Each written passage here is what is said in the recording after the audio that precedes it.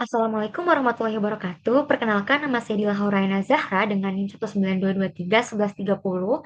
Di kesempatan kali ini, saya akan mempresentasikan review jurnal terkait validitas dan juga reliabilitas FFQ dan SQFFQ. Nah, untuk instrumen gizi ini harus valid dan reliable agar hasil penelitiannya ini akurat. Untuk fungsi dari FFQ itu sendiri adalah untuk menilai frekuensi konsumsi makanan yang praktis untuk epidemiologi. Sedangkan SQFFQ ini untuk menambah informasi porsi makanan yang hasilnya ini lebih bersifat kuantitatif. Nah, di sini kita akan menguji dua, yaitu validitas dan reliabilitas yang akan dibandingkan dengan metode lain seperti 24-hour food record, ataupun biomarker lainnya. Nah, dari hasil review ini, jadi pada FFQ utama yaitu pada penelitian Fikadu et al. Tahun 2024 di Ethiopia, hasil validitasnya ini menunjukkan korelasi yang bervariasi, mulai dari sangat rendah yaitu 0,02 pada sayuran hingga sangat tinggi yaitu 0,85 pada umbi-umbian. Ada kecenderungan overestimasi pada buah dan juga sayurnya. Untuk reliabilitas yang diuji dengan weight kappa berada pada kategori yang sedang sampai baik. Artinya, FFQ ini praktis digunakan untuk menggambarkan pola makan populasi, meskipun hasilnya tidak selalu konsisten antar kelompok makanan. Kemudian sebagai pembanding, penelitian dari Shauki et al. Tahun 2021 di Indonesia menggunakan FFQ 137 item pada dewasa paruh baya dan juga lansia. Hasil validitasnya ini relatif cukup baik dengan korelasi 0,54 hingga 0,82. Sebagian besar respondennya ini ditempatkan pada kuartil yang sama, mencapai 80 hingga 90%. Untuk reliabilitasnya ini dengan ICC ada pada kisaran 0,44 sampai 0,78. Jadi FFQ ini lebih stabil karena menggunakan lebih banyak 24 hours food recall sehingga pembanding cocok untuk penelitian epidemiologi berskala yang besar. Nah, kemudian ada SQ FFQ utama dari penelitian Kowalska dan Wadowska pada tahun 2022 di Polandia menggunakan 72 item pada dewasa muda.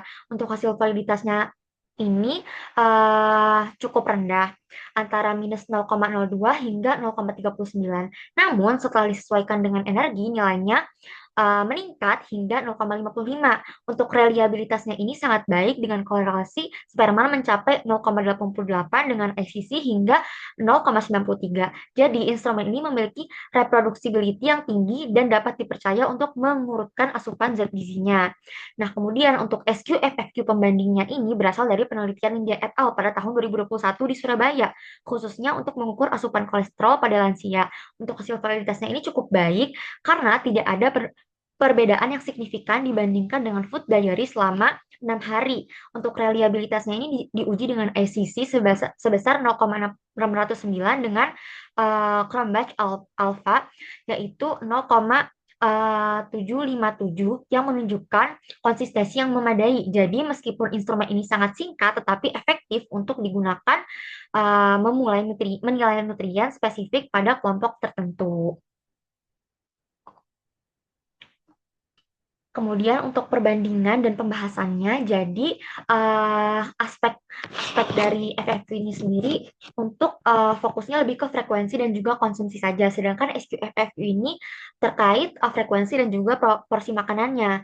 Untuk validitas dari FFQ itu sendiri bervariasi, namun sering terjadi overestimasi dan validitas dari SQFFQ ini lebih baik setelah energinya itu di-adjust. Kemudian untuk reliabilitas dari FFQ ini itu sendiri cukup baik, sedangkan SQFFQ ini cukup tinggi. Kemudian untuk kelebihan dari FFQ ini praktis sehingga cocok digunakan untuk epidemiologi. Sedangkan untuk SQFFQ ini kelebihannya detail sehingga cocok untuk nutrien yang sifatnya kuantitatif. Sedangkan keterbatasan dari FFQ itu sendiri adalah estimasinya kurang akurat, sedangkan SQFFQ ini lebih kompleks tetapi butuh pemahaman responden yang lebih. Kemudian untuk implikasi FFQ itu sendiri, pemetaan pola makan, sedangkan implikasi SQFFQ ini estimasi nutrien kuantitatif yang spesifik. Jadi kesimpulannya, FFQ ini praktis sehingga cocok untuk studi epidemiologi. Tapi perlu catatan bahwa FFQ ini rawan overestimasi, sedangkan SQFFQ ini lebih detail, reliabilitasnya tinggi, sehingga cocok untuk nutrien yang sifatnya kuantitatif.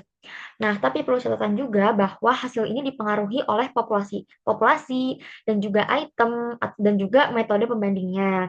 Kemudian juga pemilihan instrumen ini sesuai tujuan penelitian dan juga konteks populasinya. Oke, jadi ini terdapat referensi yang saya gunakan dalam review jurnal ini. Sekian, terima kasih. Kurang lebihnya mohon maaf. Wassalamualaikum warahmatullahi wabarakatuh.